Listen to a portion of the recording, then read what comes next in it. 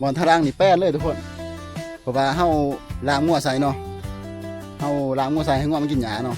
แป้นเลยบางทีทุกคนมากับประหยัดสวยประหยัดเงินค่าน้ำมันตัดหญ้าเนาะก็คือทางเบืองมันเนาะหญ้าเคี้ยวบางที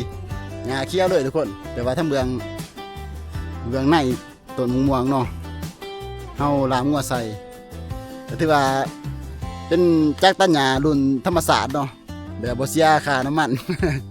เสียแต่ค่าให้งานบริบาลหักซาแล้วก็มาเลี้ยงมันทุกคนบ่อนี้ก็จะเป็นมันต้นที่ว่าปลูกใส่บางมันเนาะงามงัวหิพานทั้งเทิง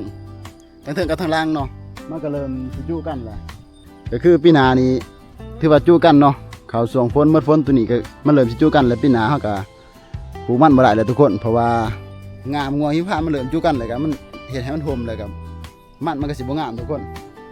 ก็คือในบางมันนี่เฮาสีดยาฆ่าหญ้าไปเนาะเฮาสีดยาฆ่าหญ้าเฮาสีดฆ่าหญ้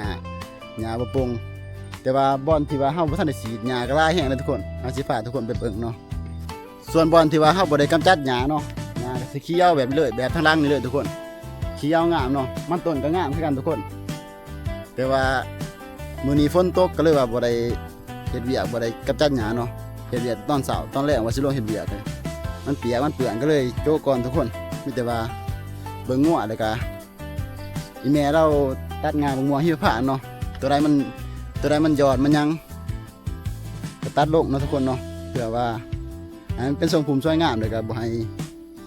งามันจุขี้ดินเนาะทุกคนเนาะก็คือต้นตัวนี้เนาะ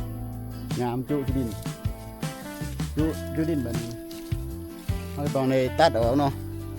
เพื่อว่าให้มันเป็นทรงภูมิสวยงามเลยก็มันต่ำเกินไปบางเวลามันเป็นหมากระจุดินเนาะมันหมดกลิ่นเน่าหมด